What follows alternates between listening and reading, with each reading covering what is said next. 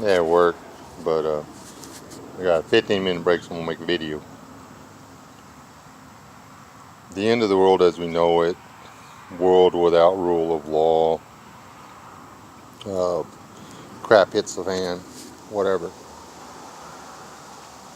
There's people out there that are prepping, like, I'm trying to be ready for, I like to eat. So, I've got a few canned goods and stuff, and it's nothing crazy, but I'm banking all mine on, I've got some chickens, some animals. Uh, the thing is, there's stuff that people aren't thinking about. Okay, like with me, if everybody in town, or half the people in town starve, there's 2 dogs per person up in there.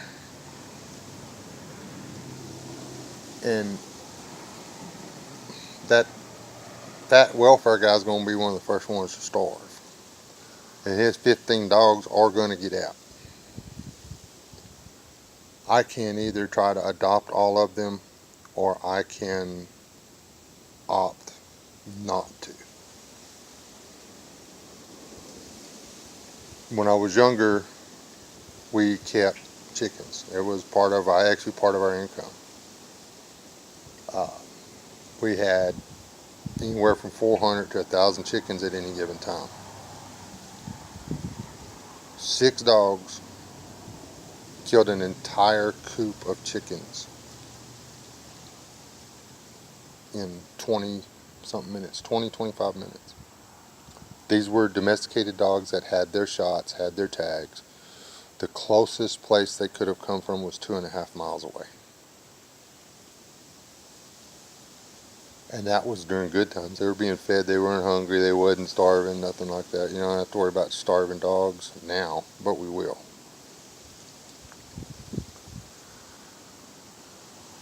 Be prepared to be a different person in the end. And here's a little food for thought.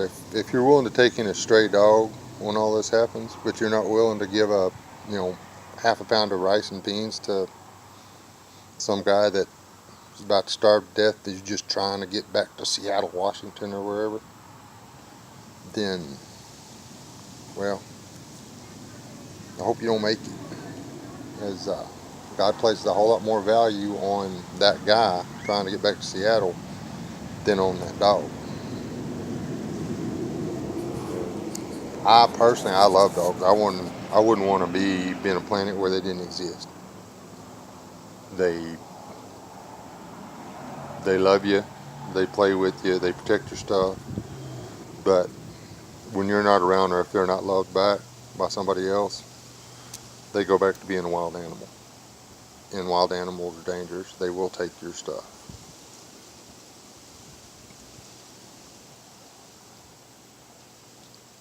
I'm not advocating killing your neighbor's dog just because your neighbor's dog comes and poops in your yard.